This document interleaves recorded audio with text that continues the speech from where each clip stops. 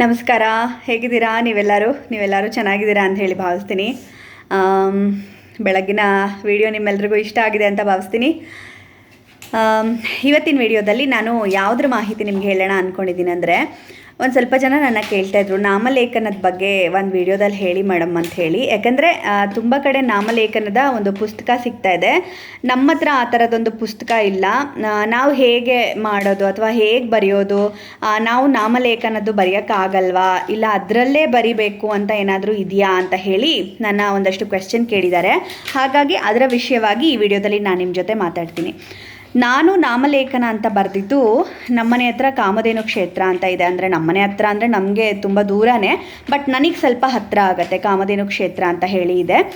ಅಲ್ಲಿ ನಾನು ನಾಮಲೇಖನ ಪುಸ್ತಕನ ತೊಗೊಂಡು ಬಂದು ಬರೆದಿದ್ದೆ. ಸುಮಾರು ಒಂದು 4-5 ಪುಸ್ತಕ ತೊಗೊಂಡು ಬಂದು ಬರೆದಿದ್ದೆ. ಅಲ್ಲಿ ಏನು ಅಂತ ಹೇಳಿದ್ರೆ, ಆ ನಾಮಲೇಖನ ಪುಸ್ತಕದ ಮೇಲೆ ನಮ್ಮದು ಹೆಸರು, ಗೋತ್ರ, ನಕ್ಷತ್ರ ಎಲ್ಲನ ಬರೆದು ನಾಮಲೇಖನ ಬರೆದು ನಾವು ತೊಗೊಂಡೋಗಿ ಅಲ್ಲೇ ರಾಯರ ಸನ್ನಿಧಿಗೆ ಕೊಟ್ಟರೆ ಅಲ್ಲಿ ಆ ಬೃಂದಾವನವನ್ನು ಆವಾಗ ನಿರ್ಮಾಣ ಮಾಡ್ತಾಯಿದ್ರು. ಆ ಟೈಮಲ್ಲಿ ಹೋಮಕ್ಕೆ ಅಥವಾ ಬೃಂದಾವನಕ್ಕೆ ಏನೋ ಉಪಯೋಗಿಸ್ಕೊಳ್ತಾರೆ ಅಂತ ಹೇಳಿ ಅದೊಂದು ಮಾಡಿದ್ದು ನನಗೆ ನೆನಪಿರೋದು ಅದೇನೇ. ಆ ಟೈಮಲ್ಲಿ ನಾನು ಕೂಡ ಒಂದು 4-5 ಪುಸ್ತಕನ ತೊಗೊಂಡು ಬರೆದಿದ್ದೆ. ಅಲ್ಲೇ ಸಿಗತ್ತೆ, ತೊಗೊಂಡು ಬರೆದಿದ್ದೆ. ಇವತ್ತಿಗೂ ಕೂಡ ಅಲ್ಲಿ ಸಿಕ್ಕತ್ತೆ, ನಾಮಲೇಖನ ಪುಸ್ತಕ ಸಿಗತ್ತೆ ಕಾಮಧೇನು ಕ್ಷೇತ್ರದಲ್ಲಿ. ಅದನ್ನು ಬಿಟ್ಟರೆ ನನಗೆ ಬೇರೆ ಕಡೆ ಎಲ್ಲೂ ನಾಮಲೇಖನ ಪುಸ್ತಕ ನಾನು ತೊಗೊಂಡು ಬರೆದಿಲ್ಲ. ಬೇರೆ ಕಡೆ ಎಲ್ಲ ಸಿಗತ್ತೆ ಅಂತ ನಾನು ಕೇಳ್ಪಟ್ಟಿದ್ದೀನಿ, ಬಟ್ ನಾನೆಲ್ಲೂ ತೊಗೊಂಡಿಲ್ಲ. ಮತ್ತು ತುಂಬ ಜನಕ್ಕೆ ಒಂದು ಮಿತ್ತೇನಿದೆ ಅಂದರೆ, ನಾಮಲೇಖನ ಪುಸ್ತಕದಲ್ಲಿ ಬರೆದ್ರೇ ರಾಯರ ಒಂದು ನಾಮವನ್ನು ಬರೆದ ಹಾಗೆ ಆಗುತ್ತೆ ಅಥವಾ ಫಲ ಸಿಗುತ್ತೆ ಅನ್ನೋದು ಒಂದು ಮಿತ್ತಿದೆ.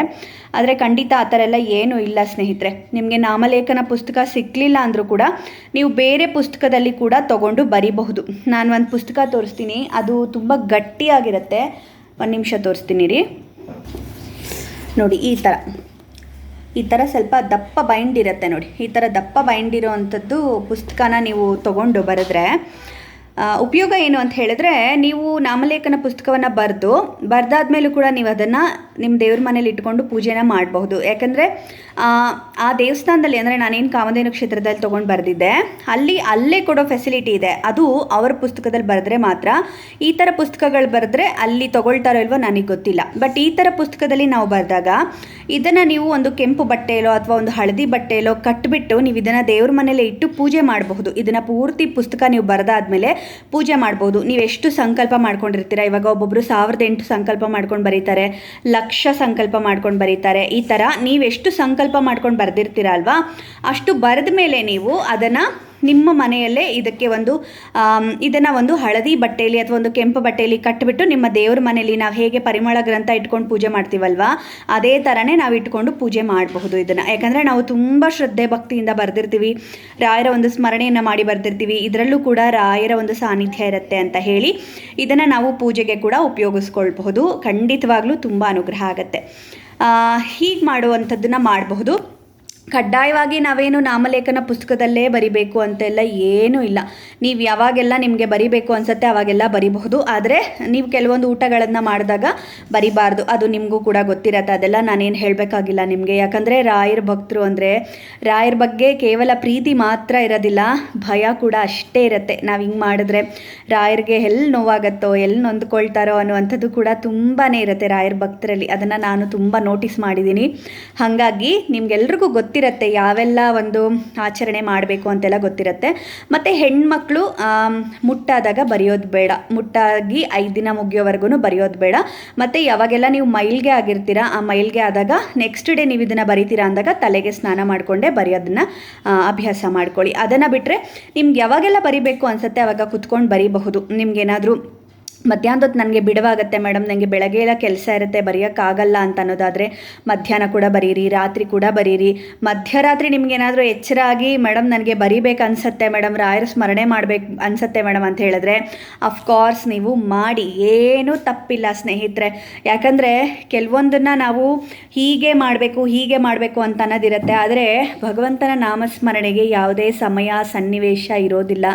ಎಲ್ಲಿ ನಿಮಗೆ ಅವರನ್ನು ಸ್ಮರಣೆ ಮಾಡಬೇಕು ಅಂತ ಅನಿಸುತ್ತೆ, ಪ್ರಾರ್ಥನೆ ಮಾಡಬೇಕು ಅನಿಸುತ್ತೆ, ಹಾಡು ಹೇಳ್ಬೇಕು ಅನಿಸುತ್ತೆ, ಶ್ಲೋಕ ಹೇಳ್ಬೇಕು ಅನಿಸುತ್ತೆ, ಅದನ್ನೆಲ್ಲ ನೀವು ಮಾಡಬಹುದು.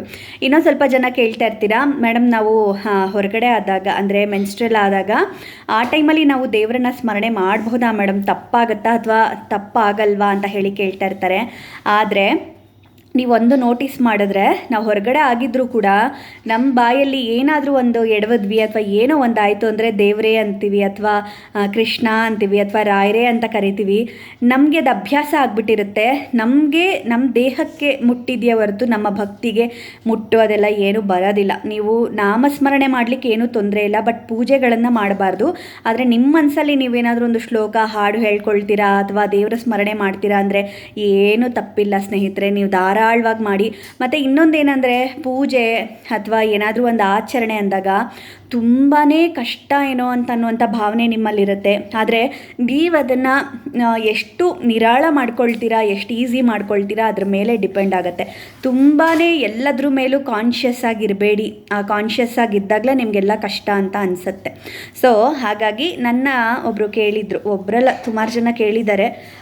ನಾನು ಬೇರೆ ವಿಡಿಯೋಗಳಲ್ಲಿ ಹೇಳೋಕ್ಕಾಗಲಿಲ್ಲ, ಹಾಗಾಗಿ ನಿಮಗೆ ಈ ವಿಡಿಯೋದಲ್ಲಿ ಹೇಳ್ತಾ ಇದ್ದೀನಿ. ನನಗೆ ಯಾವಾಗ ಏನು ನೆನಪಾಗುತ್ತೆ ಆ ಒಂದು ನೆನಪಾದಾಗ ನಿಮ್ಗೊಂದೊಂದು ವಿಡಿಯೋ ಮಾಡಿ ಹಾಕ್ತೀನಿ. ಯಾಕಂದರೆ ಎಲ್ಲನೂ ಕೂಡ ಒಂದೇ ವಿಡಿಯೋದಲ್ಲಿ ಹಾಕೋಕ್ಕೆ ನನಗೂ ನೆನಪಿರೋದಿಲ್ಲ.